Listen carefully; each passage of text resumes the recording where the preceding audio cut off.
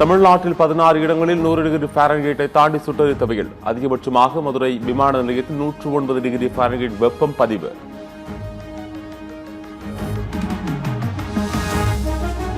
மதுரையில் 26 ஆண்டுகளில் இல்லாத அளவில் மதுரை விமான நிலைய பகுதிகள் அதிக வெப்பம் பதிவு. ஜூலை மாதத்தில் முதல் முறையாக 109 டிகிரி ஃபாரன்ஹீட் வெப்பம் பதிவானது.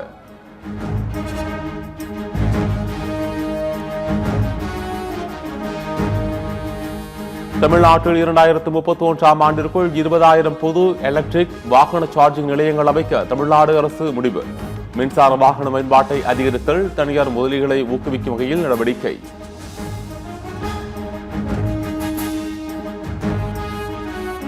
மகாராஷ்டிரத்தில் நடைபெறவிருந்த ஆசிரியர் தகுதி தேர்வு வினாத்தால் கசிந்த விவகாரம். புதிய தேர்வை விரைவில் நடத்த வேண்டும் என மக்களவை எதிர்க்கட்சித் தலைவர் ராகுல் காந்தி வலியுறுத்தல்.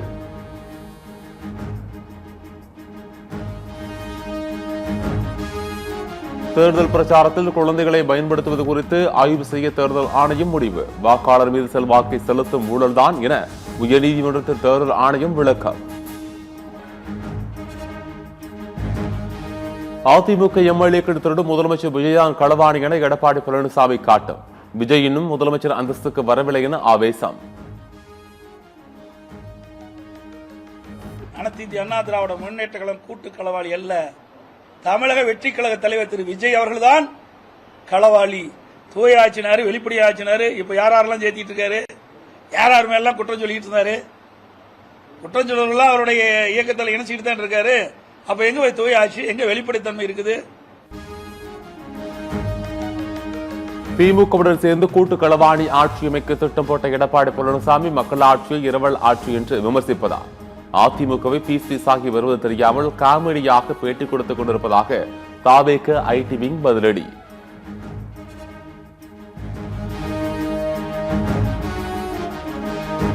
பழனியில் 100 கோடி ரூபாய் மதிப்புள்ள கோயில் நிலத்தை பத்திரப்பதிவு செய்து கொடுத்த சார் பதிவாளர் மீது ஒழுங்கு நடவடிக்கை. தனது உறவினருக்கு அந்த நிலம் பதிவு செய்யப்பட்டுள்ளது என்று தவறான தகவல் பரப்பப்படுவதாக அமைச்சர் விக்னேஷ் குற்றச்சாட்டு. 19 ரூபா அமைச்சருடைய உறவினர் இந்த லேண்டை வாங்கிட்டாரு. அமைச்சரோட இதுல கை இருக்குது, அமைச்சருக்கு தெரிஞ்சுதான் இது நடக்குது அப்படின்லாம் ஒரு பயங்கரமான வன்மத்திலையும் இந்த அரசாங்கத்தின் மேல ஏதாவது ஒரு ஊழல் கரையை நம்ம பண்ணிட மாட்டோமா அப்படிங்கிறதுக்காகவும் எதிர்கட்சிகள் கங்கணம் கட்டிக்கொண்டு வேலை பார்க்கறது நல்லா தெரியுது. திமுக அதிமுக கூட்டணி அமையலாம் என சிபிஐ மாநில செயலாளர் மு வீரபாண்டியன் கூறுவது ஏற்புடையது. சத்தியம் டிவி நடத்திய ஆன்லைன் சர்வேயில் 56 விழுக்காடு பேர் கருத்து. திமுக ஆட்சியில் நடந்த காவல் மரணங்களுக்கு எதிராக பேசிய விஜய் இந்த படுகொலைக்கு என்ன செய்ய போகிறார்? நாகர்கோவிலில் சிறை கைதியை அடித்தே கொன்ற காவலர்கள் மீது கொலை வழக்கை பதிவு செய்து சிறையில் அடைப்பாரா என சீமான் கேள்வி. வானில் பறக்கும் பேருந்து திட்டத்தை கொண்டு வரப்போகிறேன். லாக்டோவில் நடந்த நிகழ்ச்சியில் மத்திய அமைச்சர் நிதின் கட்கரி அறிவிப்பு.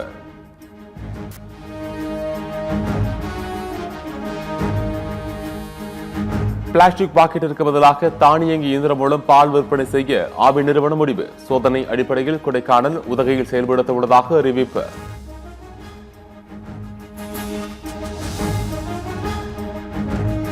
சிக்னல் கோளாறால் சென்னை கடற்கரை செங்கல்பட்டு இடையே மின்சார ரயில் சேவை பாதிப்பு. ரயில்கள் வராததால் அதிகாரிகளுடன் பயணிகள் வாக்குவாதம்.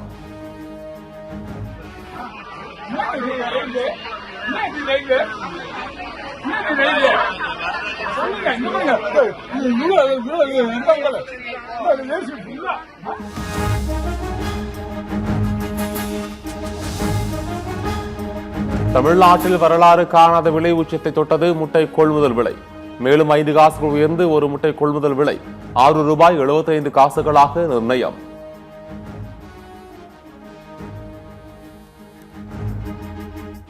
தேர்தல் வெற்றிக்கு எதிராக திமுக வேட்பாளர் தொடர்ந்த வழக்கில் லீமா ரோஸ் பதிலளிக்க சென்னை உயர்நீதிமன்றம் உத்தரவு. பல நிறுவனங்களில் இயக்குநராகவும் பங்குதாரராகவும் இருப்பதை லீமா ரோஸ் மறைத்துள்ளதாக மனுதாரர் குற்றச்சாட்டு.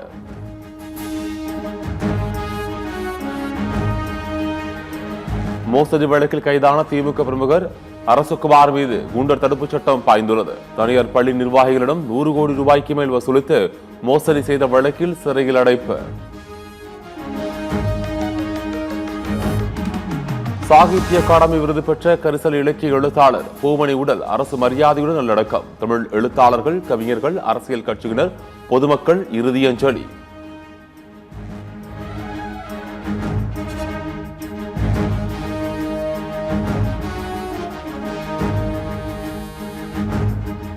பாலியல் புகாரை தொடர்ந்து கர்நாடக மாநிலம் தாவட்கரே மாவட்டத்தில் உள்ள உடற்பயிற்சி கூடங்களில் காவல்துறை ஆய்வு. பெண்களுக்கு பெண் பயிற்சியாளர்கள் நியமிக்குமாறு அறிவுறுத்தல்.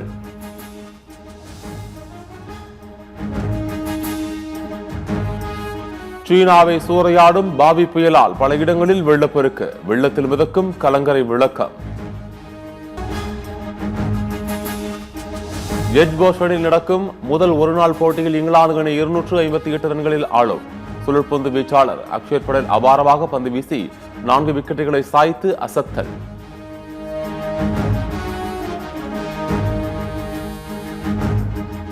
இங்கிலாந்துக்கு எதிரான முதல் ஒருநாள் போட்டியில் இந்திய வீரர் பும்ரா சாதனை. இங்கிலாந்து மண்ணில் அதிக விக்கெட்டுகளை வீழ்த்திய இந்தியர் என்ற பெருமையை பெற்ற யாக்கர் மன்னன்.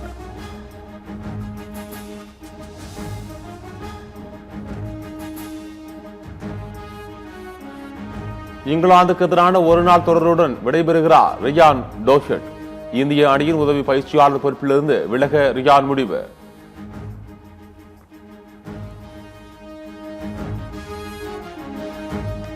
வெஸ்ட் இண்டீஸுக்கு எதிரான இரண்டாவது ஒருநாள் போட்டியில் நியூசிலாந்து வெற்றி. ஒருநாள் தொடரை 1-1 என்ற கணக்கில் சமன் செய்தது நியூசிலாந்து அணி. FIFA உலகக்கோப்பை வரலாற்றில் நடப்பு தொடரில் அதிக கோல்கள் பதிவாகி சாதனை.